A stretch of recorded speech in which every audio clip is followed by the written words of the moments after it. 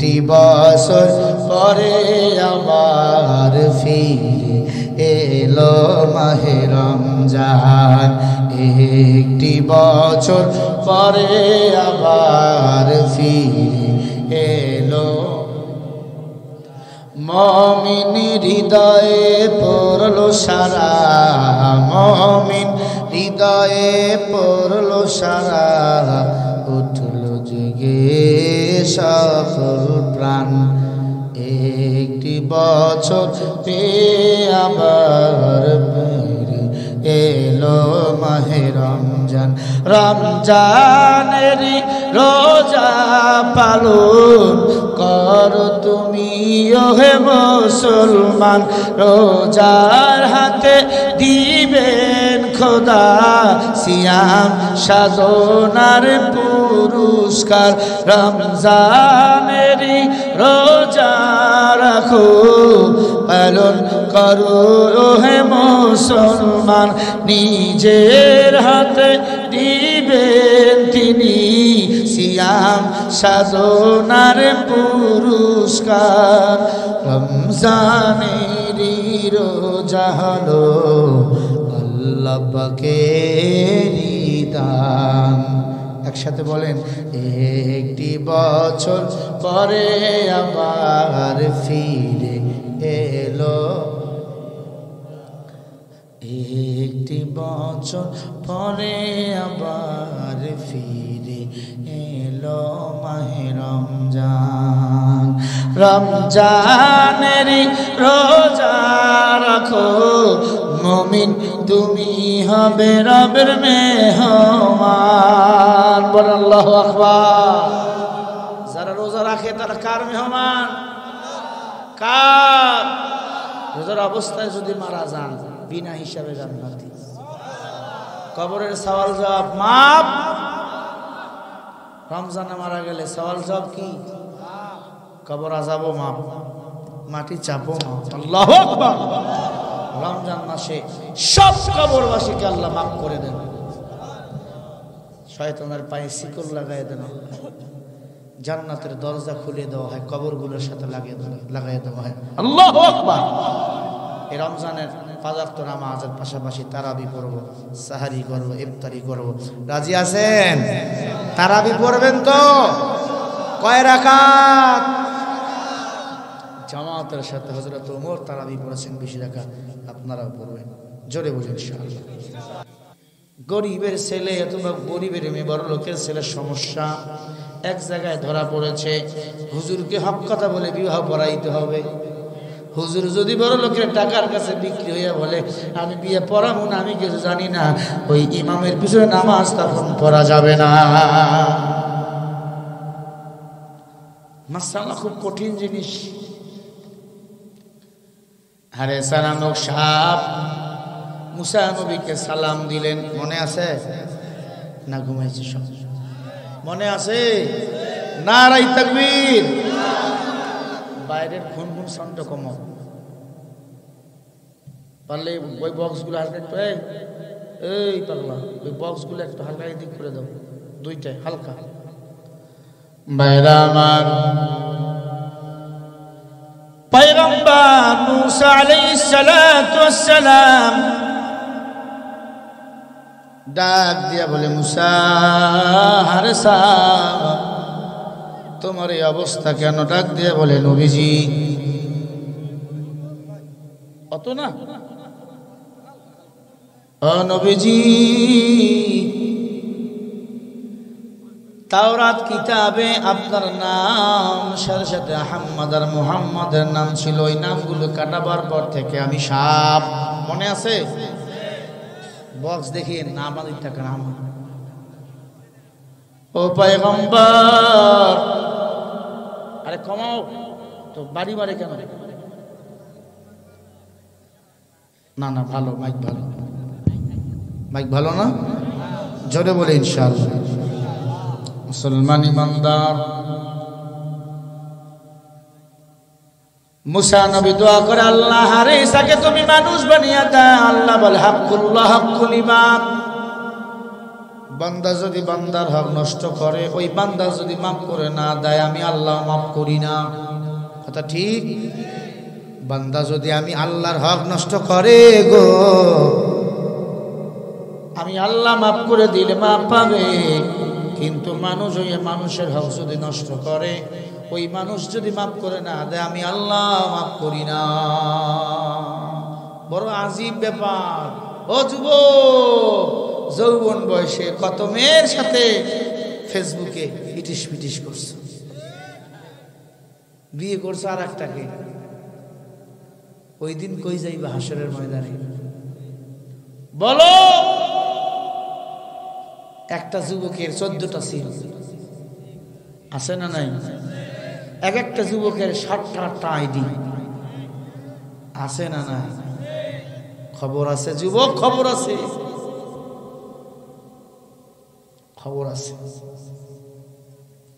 আরে ডাক দিয়ে বলে, নবী তাহলে আমার কি হবে? আমি কি মানুষ হব না? আল্লাহ বলে, মুসা আপনি নবী হাত তুলেছেন, আপনার দোয়া আমি আল্লাহ কবুল করলাম, তবে তাকে মানুষ বানাইতে পারবো না।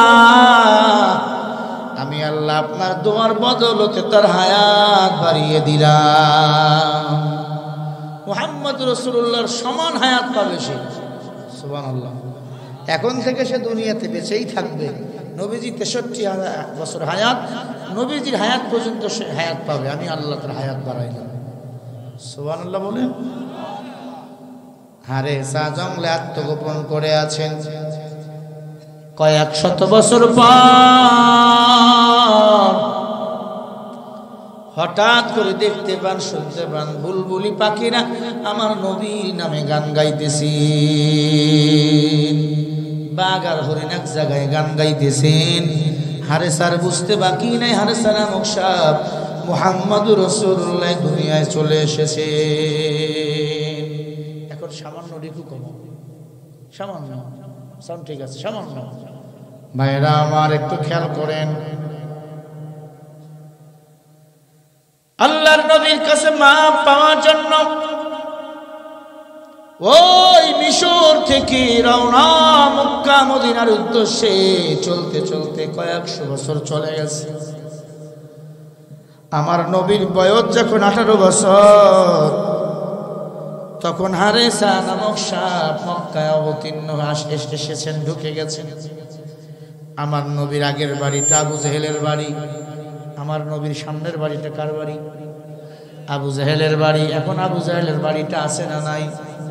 আছে, তবে লেট্রিন হইয়া 3 তলা। এখন কয়তলা? 3 তলা লেট্রিন, লেট্রিন লেট্রিন টয়লেট, মানে 2 নম্বর হয়।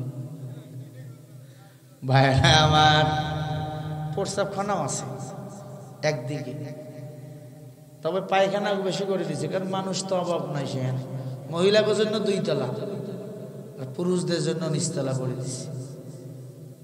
হ্যাঁ হ্যাঁ, তো খালি শুনতাম, কিতাবে পড়তাম। আল্লাহ গত বছর নিজেই আমাকে দেখাইছে। সুবহানাল্লাহ। এখানে আসছিলাম গত বছর কোন মাসে? ফেব্রুয়ারি। ও তার আগে গিয়েছিলাম, নির্বাচনের আগে। কারণ দেশে থাকলে তো মাইরা ফেলতো, এতদিন আওয়ামী লীগ থাকলে আমাকে মাইরা ফেলতো, কোনো কথা ছিল না, মাইরা ফেলতো। আর আমাদের লিস্টি করা হয়েছিল 135 জন বক্তার নামে। আবার একটা শর্ট লিস্টি ছিল 35 জন, তার মধ্যে আমি একজন। চিন্তা করছেন?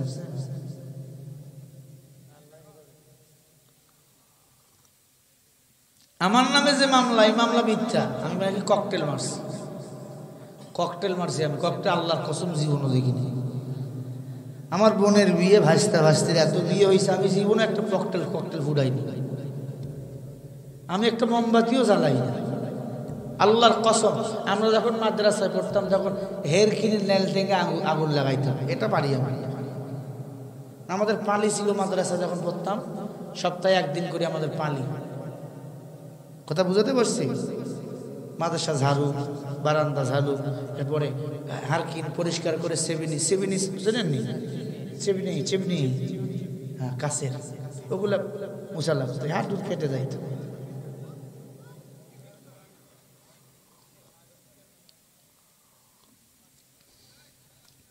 কিন্তু মিথ্যা মামলা দিল। শরীফুল ইসলাম ককটেল মারছে, মামুনুল হকের নাই মামলা, উনি মানিব্যাগ চুরি করছে। চিন্তা করছেন খালেদ সাইফুল্লাহ আইবি সাহেব, উনি জোরে হাঁটলেই পরে মরে যাবে, মোটা মানুষ, ওনার নামে মামলা দিছে, উনিও ককটেল মারছে, ককটেল মাইরে দৌড় দিয়ে পালাই গেছে। মামুনুল হক কোটি কোটি টাকার মালিক, পাকিস্তান পিওটে ওনাদের 153টা তেলের পাম্প ছিল শুধু ঢাকায়, কোটি কোটি টাকার তারা মালিক, তাদের পরিবারে 50 জন, 50 জনে কোরআনের হাফেজ। সুবহানাল্লাহ, আগামীকাল বলেন। তিনি নাকি মোবাইল আর মানিব্যাগ চুরি করছে মানুষ, এগুলো ছিল মামলা। মাঝে মাঝে পুলিশ আমাদের ধরে কান্ত, হুজুর কি করবেন মাফ করে দেন, উপরের চাপ হাত বাঁধা, হাত বাঁধা, ওগুলা কিছুই না। আমরা ভারতের বিরুদ্ধে কথা বলি, আমেরিকার বিরুদ্ধে কথা বলি, আমার সন্তানকে কোরআনের পক্ষে চলার জন্য আদেশ করি, এটাই ছিল তাদের পরিকল্পিত উদ্দেশ্য। আমাদের জবানগুলো বন্ধ করলে কাদিয়ানির বিরুদ্ধে কথা বলা যাবে না, আমাদের জবানগুলো বন্ধ করলে ইসলামের পক্ষে আর কেউ কথা বলবে না। এজন্য আমাদের নামে মামলা হামলা পরিকল্পিত ছিল। আমাদেরকে বলতে হুজুর কাদিয়ানির বিরুদ্ধে না বললে হয় না, মিলেমিশে থাকতে পারেন না, ইসলামের রাজনীতির কথা না বললে হয় না, সাহাবা ইকরামের রাজনীতির কথা না বললে হয় না। আরে আজীব, সাহাবা ইকরামের আদর্শ নিয়ে যদি কথা না বলি, তোমার মতো গাঁজাখোরের আদর্শ নিয়ে কথা বলবো?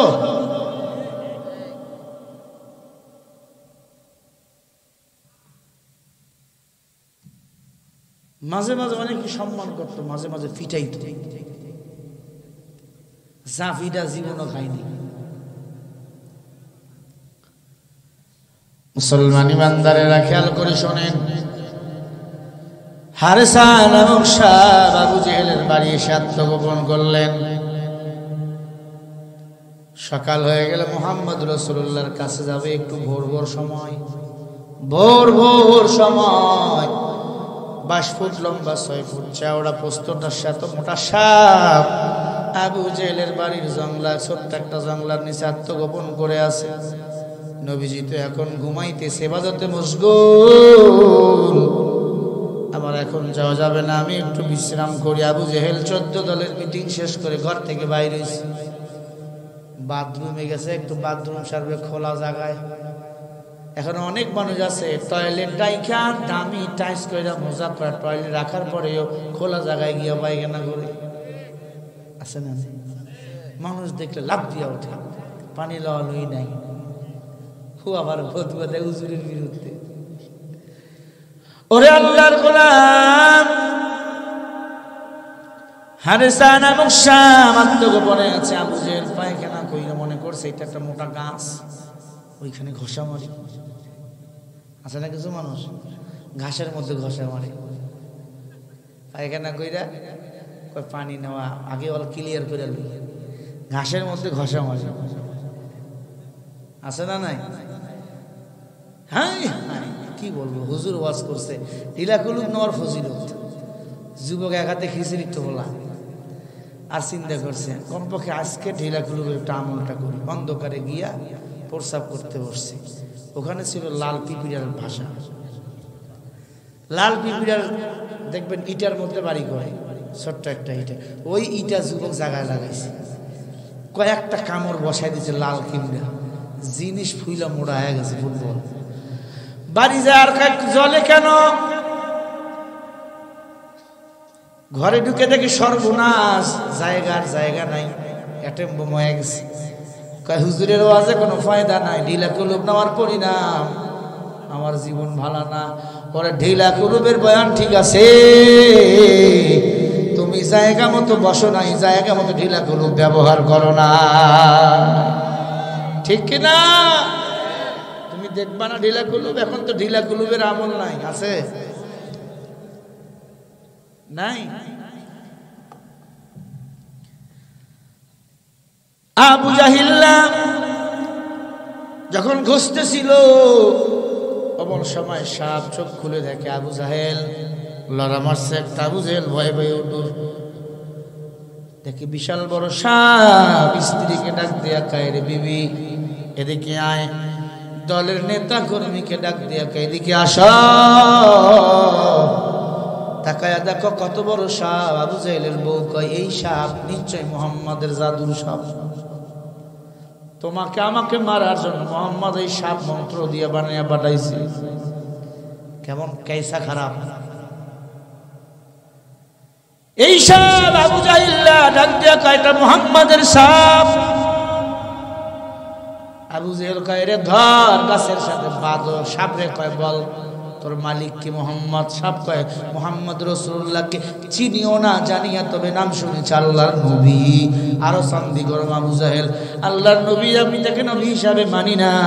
বাপ দাদার ধর্ম কবর রচনা করেছেন, তাকে নবী হিসাবে মানো। ও সাপ বল তোর নাম কি? বলে আমার নাম হারেসা। কোথায় তোর ঘর? বলে আমার বাড়ি সেই মিশরে। আমি মুসা নবীর উম্মত। আল্লাহর নবীর সাথে বেয়াদবি করার কারণে আমি মানুষ থেকে শাহ হয়েছি, তাই না? কি বলে? হ্যাঁ। বলে আমার বিশ্বাস হয় না, নিশ্চয় তুই মুহাম্মাদের সাপ, আমাকে মারার জন্য আসছিস, তুই জাদুর সাপ। ঘর থেকে চাবুক বাইর করে লোহার চাবুক দিয়ে সাপকে মারতেছিল। পিছনটা কেটে পড়ে গেল, রক্তক্ষরণ হইতেছে।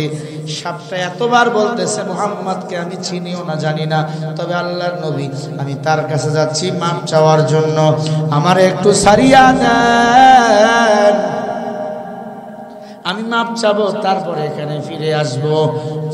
আবু জাহেল ডাক দিয়া কয়, হবে না। সবাই মিলে সাপকে মারতে মারতে মেরেই ফেলে দিল। সাপ মারানোর পর আবু জাহিল্লা 14 দলের নেতাকে ডাক দিয়া বলে, এটা এখন কি করবো? কয় এলাকাবাসীকে ডাকো। এলাকাবাসীকে ডাক দিয়া বলে, এই যে মুহাম্মাদের জাদুর সাপ মাইরা ফেলছি। সবাই কয়, সাপকে রাখলে হবে না, আবার জিন্দা হতে পারে। লাকড়ি নিয়ে আসো, কিছু খড়ি নিয়ে আসো। ওই সাপটাকে খড়ির মধ্যে দিয়ে আরো কিছু লাকড়ি দিল, তেল দিয়ে আগুন জ্বালাইয়া দিল। আগুন জ্বালাইয়া ছাই করে ফেললো। কয়, ছাই একটা পাত্রের মধ্যে নাও, এই পাত্রটা প্যাকেট কইরা মুহাম্মাদের কাছে নাও। মুহাম্মদ যদি সত্যি আল্লাহর নবী হয়, মুহাম্মদকে বলবো এই পাত্রের মধ্যে কার ছাই আছে, আর যদি না হয় বলতে পারবে না, আর নবী হলে সে বলতে পারবে। জোরে বলেন সুবহানাল্লাহ।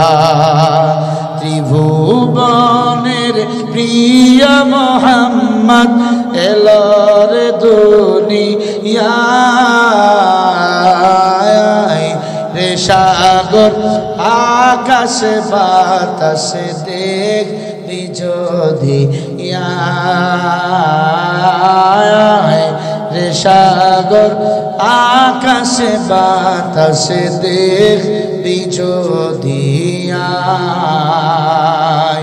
দুলের ধরা বেহেশতিয়াত জয় করিল দিল রে লাগ, আজকে খুশির ঢাল মেছে তুষার সাহারায়,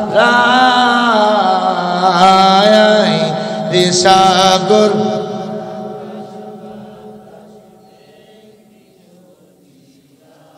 এটা বললে গুণ হবে? নবী শানে বলেন, আয় রে সাগর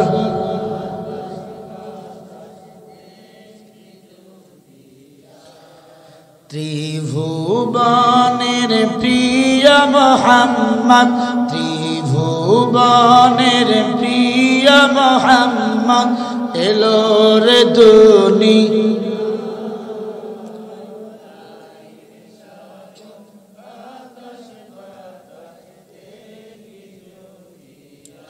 দেখ আমিনা মায়ের কোলে দোলে শিশু ইসলাম দোলে, কচি মুখে শাহাদাতের, কচি মুখে শাহাদাতের বাণী সে শোনায়, রে সাগর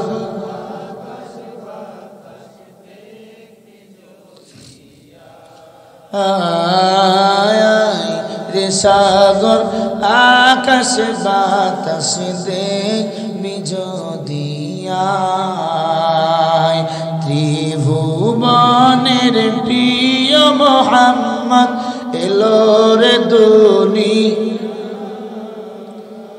আয় রে সাগর আকাশ বাতাস দেখবি যদি আয়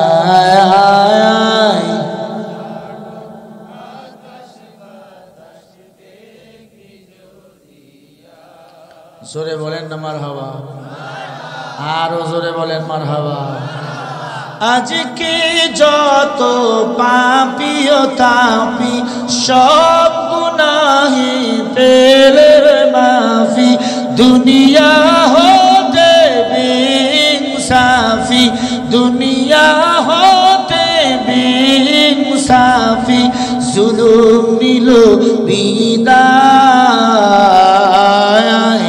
রে সাগর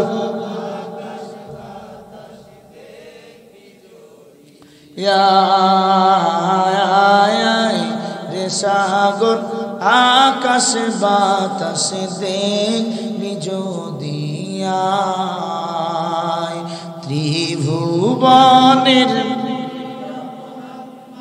এলো রে দুনিয়া রে সাগর আকাশ বাতাস দেখবি যদি রে সাগর আকাশ বাতাস দেখবি যদি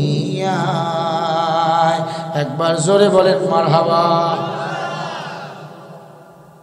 খারাপ লাগে আর কিছুক্ষণ বাড়াবো না শেষ বাড়াবো নারায়ে তাকবীর মুসলমান ইমানদার আল্লাহর নবীকে পরীক্ষার জন্য গুইসাবকের লাকড়িগুলোকে একবারে পুরো ছাই করে পাত্রের মধ্যে প্যাকেট কইরা ওই পাত্র নিয়া আমার নবীর কাছে রওনা আবু জেহেল তার 14 দলের লোকেরা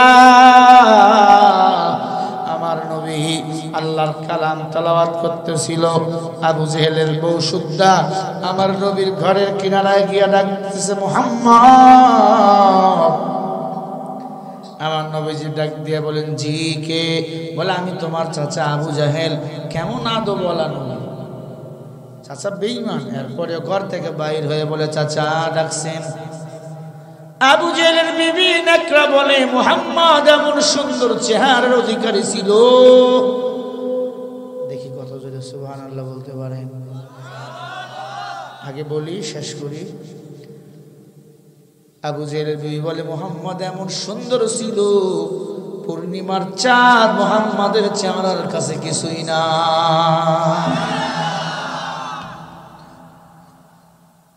আমার নবীর চুলগুলো ছিল কানের লতি পর্যন্ত কপালটা ছিল চওড়া নাকটা বড় সুন্দর ছিল চোখগুলো টানা টানা ছিল ঠোঁটগুলো গোলাপের পাপড়ির মতো লাল লাল লাল আমার নবী যখন ঘর থেকে বাইর হইলে আবু জেহেল বলে মনে হয় পূর্ণিমার চাঁদ হাজির হয়েছে ডাক দিয়া কয় মুহাম্মদ নবীজি বলে চাচা বলো কেন ডাকছেন হে চাচা বলো ডাক দিয়া কয় ভাতিজা তুমি নাকি আল্লাহর নবী বলে হ্যাঁ আল্লাহর পয়গম্বর হয়েছে বলে হ্যাঁ ভাতিজা বাপদাদার ধর্ম ছেড়ে দিয়েছো বাধা নাই তোমাকে বলতে হবে তুমি যদি আল্লাহর নবী হও এই পাত্রের মধ্যে কি আছে আপনারা বলেন তো কি আছে ছাই গুইসাপ সাপকে পুরো কি বানাইছে ছাই ডাক দেয়া কয় চাচা আমি তো গায়েবের মালিক না মা তাকুমুর রাসূল ফাখুযু ওয়া মা নাহাকুম ফান্তাহু আমি তো গায়েবের মালিক না গায়েবের মালিক একজন তিনি হলেন আপনার আমার আল্লাহ গায়েবের মালিক কে আল্লাহর নবী ডাক দিয়া বলে চাচা ও চাচা তবে আল্লাহ যদি চায় আমি বলবো, শর্ত হলো একটা, আপনাকে মুসলমান হতে হবে। আবু জেহেল ডাক দিয়ে কয়, বলতে যদি পারো মুসলমান হবো, বলতে যদি না পারো তোমাকে আমার ধর্মে ফিরে আসতে হবে। নবীজি বলে ডান। আল্লাহ তাআলা ডাক দিয়ে কয়, পয়গম্বর টেনশন করবেন না, বেঈমানরা যতই কাটতে চাক আপনার কাল্লাম পারবে না, আসি আমি আল্লাহ। একবার বলেন না সুবহানাল্লাহ। আয় নবী, আপনি রেডি হয়ে যান, জিবরিল আমিন আপনার সহযোগিতা করবে। পাথরের কাছে জিবরিল এসে দাঁড়ায় আছে, নবী দেখে আর কেউ দেখে না। সুবহানাল্লাহ বলেন, আরো জোরে বলেন। আমার নবী দাঁড়াইলেন। আবু জেহেল বলে রেডি, নবীজি কয় না, বহুবার ঠকাইছেন, আপনার 14 গোষ্ঠীর ডাকেন। সবাই ডাকছে, কোটি কোটি মানুষ, আমার নবী একাই একদিকে, আর জিবরিল সাহাবায়ে কেরাম কিছু, বাকিগুলো সব জাহেল মূর্খ ইহুদি খ্রিস্টান। নবীর সাথে কে আছে? ইন্নাল্লাযীনা ক্বালু রাব্বুনাল্লাহ,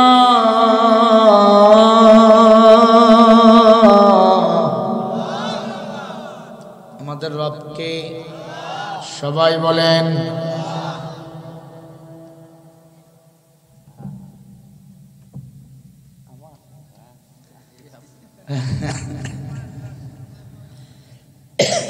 ভাইরা আমার, আবু জেহেল বলে ভাতিজা আর সহ্য করা যায় না, রেডি? আল্লাহ নবীজি বলে আমিও রেডি। নবীজি দুহাত তুললেন, তারকাগুলো নবীর সালাম দিতেছেন। সুবহানাল্লাহ। আর জোরে বলো। আমি কি বলবো শুনবেন আপনারা? কারা কারা একটু হাত তুলে দেখান, নারায়ে তাকবীর। কে উঠবেন না? যে আসে সে আমি নবীকে নবী বলে মেনে নিবে, আমার আল্লাহকে রব বলে আল্লাহ মেনে নিবে। সুবহানাল্লাহ। আবু জেহেল বলে বলো দেখি, আল্লাহ নবী কালিমায়ে শাহাদাত পড়া শুরু করে দিলে সাথে সাথে ওই পাত্র ভেঙে ওই সাপ জমিনের মধ্যে সাপের সুরত নিয়ে আল্লাহর নবীর উপর কালিমা পড়া শুরু করে দিল, এবং আল্লাহর কৃতজ্ঞতা, আল্লাহ রব হিসেবে আল্লাহকে রব বলে মেনে নিল, আমার নবীকে নবী হিসাবে মেনে নিল। বলেন সুবহানাল্লাহ। সাপ জমিনের মধ্যে পড়ে পড়ে নিল লা ইলাহা মুহাম্মাদুর রাসূলুল্লাহ। পড়েন না সাল্লাল্লাহু। ও মুসলমান ইমানদার, একটু খেয়াল করে কথাগুলো শোনেন বাবা, দিল দিয়ে বুঝবেন। আবু জেহেল দেখতেছে এই সাপকে আমি আগুনে ছাই করে পুড়ে ফেলাই দিয়েছিলাম, ওই সাপ এখন জমিনের মধ্যে পড়ে আছে। সাপ আমার নবীকে নবী হিসাবে মেনে নিয়েছে। বলেন সুবহানাল্লাহ। আরো জোরে বলেন সুবহানাল্লাহ। ডাক দিয়া কয়, নবীজি, ও নবীজি, একটু অনুমতি দেন, আবু জেহেলকে সাইজ করে লই। কেন? বলে আমি আসতেছিলাম, আবু জেহেল আমাকে দেখে বলেছে আমি নাকি জাদুর সাপ, আপনি নাকি জাদুঘর, আপনি আমার সাপ বানিয়ে তাকে মারার জন্য পাঠাইছেন। নবী গো এতবার বলেছি মুহাম্মদ রাসূলুল্লাহ আমাকে পাঠায় নাই, এই বেঈমানটা মানে নাই, লোহার চাবুক দিয়ে আমাকে মারতে মারতে মারতে মারতে মেরে ফেলেছে। নবী গো, ও নবীজি, মেহেরবানি করে দয়া করে মায়া করে অনুমতি দেন, আবু জেহেল করে আমি আজকে খাইয়া ফেলবো। আল্লাহ নবী যে দাঁড়িয়ে আছে, সাপ আবু জেহেল কি বলে দাঁড়াও, আমার হাত থেকে তোকে আজকে কেউ বাঁচাইতে পারবে না। আবু জেহেল একটা দৌড় মারছে, কয়েক কিলো দৌড়ে খালি ঘুরছি, আবার পিছন ছাড়ে না। আজকে তোকে মা মেরেই ফেলবো, আজকে সবল দিয়ে মেরে ফেলবো। আমার নবীর কাছে এসে বলে, ভাতিজা, ও ভাতিজা, তুমি ছাড়া আমাকে বাঁচার মতো কেউ নাই, এই সাপ যদি সবল দেয় আমাকে মেরে ফেলবে। আল্লাহ নবী ডাক দিয়া কয়, চাচা তাহলে কালিমা করে নেন। আবু জেহেল কয়, ভাতিজা আমি জানি তুমি নবী, সত্য নবী, তোমার আল্লাহ সত্য, কোরআন সত্য, মানতে পারলাম না, বাপ দাদার ধর্ম ছাড়তে পারলাম না। আবু জেহেলের সঙ্গী যারা ছিল সবাই আমার নবীর হাতে হাত দিয়ে কালিমা পড়ে নিল। পড়েন লা ইলাহা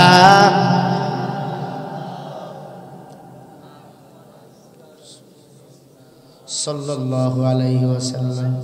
মুসলমান ইমানদার সাপ ডাক দিয়া কয়, নবীজি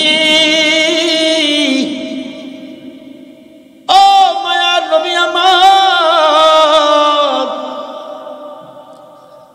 আমি তো বেয়াদবি করেছি আপনার সাথে। নবী বলে, আমি সব জানি। সুবহানাল্লাহ। আল্লাহ সব আমারে জানাইছি, যা আমি মুহাম্মদ তোরে মাফ করে দিলাম। সুবহানাল্লাহ, আমি মাফ করে দিলাম। সাপটা এবার মাথা নুইয়া চোখের পানি ছেড়ে, নর্দমা কাদা পানি ছিল, পানির দিকে যাইতেছিল। নবী বলে, কই যাও হারে সাপ? বলে, নবী আমি তো সাপ, মানুষের মাঝে থাকতে পারি না, জঙ্গলায় যেতে হবে, নর্দমা নোংরা পানির মধ্যে যাইতে হবে। নবী বলে, যাওয়া লাগবে না, আল্লাহ হারেসাকে তুমি আবার মানুষ রূপান্তরিত করে দাও। সুবহানাল্লাহ। তবে আল্লাহ আগের সুরত ফিরে দিও না, আমি মুহাম্মাদের সুরতে তাকে দুনিয়াতে ফিরে দাও। আমার নবীজি দোয়া করলে সাথে সাথে সাপ আবার মানুষ রূপান্তরিত হয়ে যায়। সুবহানাল্লাহ। বাকি জিন্দেগি ওই হারেসা নামক সাপ মানুষ হইয়া আমার নবীজির খাদেম ছিল। সুবহানাল্লাহ বলতে পারলেন না? আরো জোরে বলেন সুবহানাল্লাহ। মুসলমান ইমানদার, আল্লাহ বলে দুটো জিনিস হিদায়াতের জন্য পাঠাইলাম, এক নম্বরে নবী, দুই নম্বরে কোরআন। নবীজি বলে দুটো জিনিস আঁকড়ে ধরো জান্নাতি হবা। এক নম্বরে কিতাবুল্লাহ, আল্লাহর কোরআন, দুই নম্বরে হলো নবীজির সুন্নাহ। মানা হাব্বা সুন্নাতে কওলে রসূল মজদায়েখা নামই হম কুন কবুল। লা ইলাহা ইল্লাল্লাহ, লা ইলাহা, সবাই জিকির করেন লা ইলাহা। জিয়াউর রহমান ভাই 2000 টাকা, আব্দুর রহমান সরকার মালিপুকুর 1000 টাকা, মানু ব্যাপারী মাশাআল্লাহ 500 টাকা। লা ইলাহা, লা ইলাহা ইল্লাল্লাহ, লা ইলাহা ইল্লাল্লাহ, লা ইলাহা। সবাই একটু বসে পড়ো। লা ইলাহা ইল্লাল্লাহ, লা ইলাহা, লা ইলাহা ইল্লাল্লাহ মুহাম্মাদুর রাসূলুল্লাহ সাল্লাল্লাহু। এবার আমল, প্রতি ওয়াক্ত নামাজ শেষে ইস্তেগফার করবেন। আস্তাগফিরুল্লাহাল্লাযী ওয়া আতুবু ইলাইহি লা হাওলা ওয়ালা কুওয়াতা ইল্লা বিল্লাহিল আলিয়্যিল আযীম। হাঁটতেছেন ইস্তেগফার করবেন, পারবেন না? চলতেছেন ইস্তেগফার, এরপরে এটা পড়বেন, এই তাসবিহটা পড়বেন, সুবহানাল্লাহিল আলিয়্যিল আযীম।